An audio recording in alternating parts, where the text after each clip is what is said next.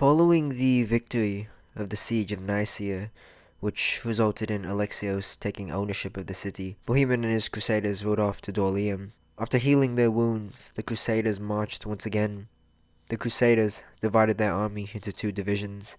The first division was led by Raymond IV, Bishop Adhemar, Godfrey of Bouillon, and Hugh of Vermandois. The second division was led by Bohemond, Tancred, and Robert Curthos, Duke of Normandy. Knowing the Crusaders were coming back stronger than ever, Kilij Arslan was ready more than ever and rallied his troops for another surprise attack. As Bohemond's army was resting near the city of Dorylaeum on July 1st, a mass cry of Turks charged towards them. Chanting their war cries, the Turks nearly outnumbered the Crusaders with Arab reinforcements backing them up. Bohemond needed to strategize his army more efficiently with the limited time he had.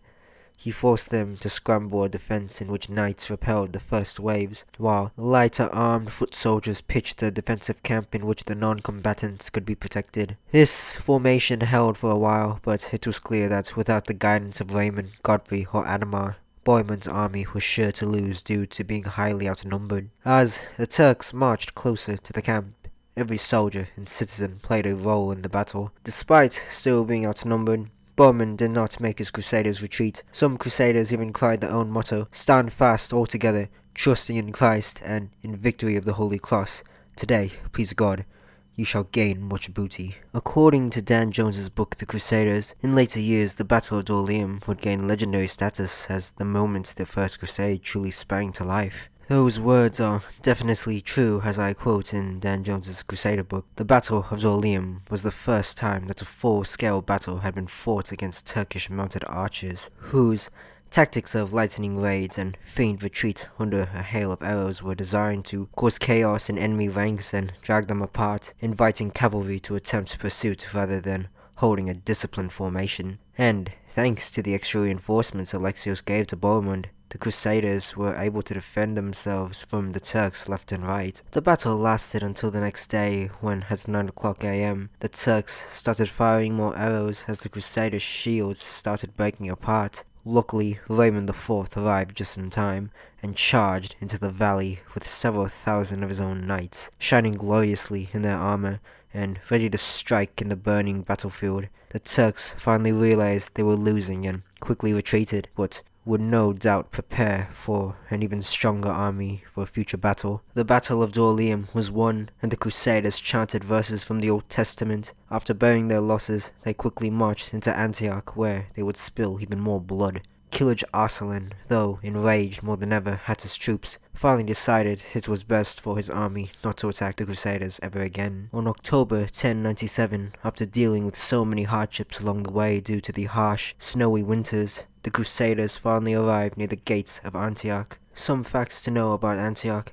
It was founded by the Seleucids in the early 4th century and was fortified by the Eastern Roman Emperor Justinian the Great. The city became an important outpost for both empires residing in the west and east, and was a great place for business and trading. It was also known for many earthquakes. Earthquakes in the city of Antioch were so common that in 527 CE, about 250,000 people were killed and the city was almost burned to the ground due to the flames rising from the cracks. When the Crusaders were ready to attack Antioch, the city was under Seljuk rule, meaning that the Crusaders were in yet for another battle with the Seljuks. Already knowing what the Crusaders did to Nicaea and Dorylaeum, the Emir Yaghi lacked any confidence whatsoever to defend Antioch. He needed to rely on other armies, much like Alexios did when the Seljuks were attacking Byzantium. Although Yaghi was able to reach out for reinforcements, the Crusaders were already at the doors of Antioch, and they kicked down the door with no hesitation. The first batch of Crusaders, led by Bohemond, arrived at the gates of Antioch on October 20th and even blocked the main road into the city so that no one could escape nor get in the city at night. The main challenge the Crusaders had to face, however, was the size of the city, which was so large that it would be extremely difficult for battering rams and catapults to smash down the walls. All the Crusaders could do now was wait. They set up camp, and around this time, the other emirs of North Syria finally reached out to Yaghi for his aid. The Crusaders had their own reinforcements to count on as well. Baldwin I managed to take over the county of Edessa and was moving on to Antioch to aid his Crusader allies. As the Crusaders were still camping out in front of Antioch, they kept themselves busy in the meantime. Bohemond, along with Tancred, Godfrey, Robert of Flanders, and Robert of Normandy, spread out and raided towns that were subjects of Antioch. Despite this, they were still weakened due to the harsh winter they had to endure before then. A little fun fact about this winter: this was the same winter where Godfrey had to fight a bear. Nearly died, but luckily the Crusaders saved him. But anyway, the Crusaders were limited when it came to resources. Horses died, people starved, swords and shields got rusty, and bows were useless without arrows. After a few months of having to recover from their lost resources, and with the help of Alexios Komnenos and additional troops from Bishop Adhemar, Bohemond finally decided to launch the attack on Antioch. As the Crusaders climbed up the ladders, they shouted Dia's Wult to their comrades below. As they unlocked the gates for their fellow soldiers to charge through, they slashed through any Turks that stood in their way. Yagi Sian, with nowhere else to go, escaped the city before the Crusaders could reach him. Although he didn't get as far due to the intense heat of that night, he fell off his horse. An Armenian traveller stumbled upon him, realizing who he was, killed him, and presented the head of Yagi Sian to the Crusaders in a bag. Once again, the Crusaders were victorious, but the Battle of Antioch wasn't just over yet. Moments after hearing about Yagi Sian's death and the Battle of Antioch, a warrior named Kerberger, Atabeg of Mosul, and the new military commander was ready to strike back. Despite the victory, Antioch was in even worse condition when the Crusaders took over. Food and resources became spoiled and scarce, while citizens, including Crusaders, fled the city after realizing how strong Kerberger's army really was. Many leaders were no longer fit to command their soldiers. Bohemond was ignored by his own men. Alexios Komnenos no longer wanted to send his own armies to assist them, and Bishop Adhemar accepted their fate, claiming it was their destiny to let the city of Antioch perish with them. By the time Kerberger arrived at the gates of Antioch, the Crusaders were in the worst condition possible.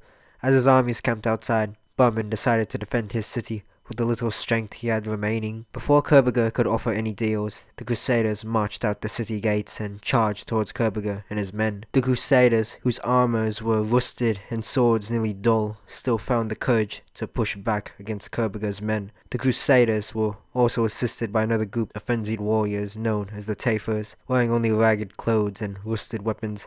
They were also famous for eating their enemies due to the cannibalistic nature they were forced to endure during Antioch's worst conditions. As the battle went on, Bohemond urged their men forward into the battle on the banks of the Orontes, but were overwhelmed by Kerberger's forces. Both sides suffered heavy losses, but Kerberger was forced to flee after a large chunk of his men were eliminated by the Crusaders. The Crusaders, nearing victory, destroyed what remained of Kerberger's camp, and with that, the Crusaders won yet again. The Crusaders saved their new city from any more hostile armies. Jerusalem was next on their list, but Antioch and the battle itself will always be an infamous battle during the First Crusade and in Crusader history.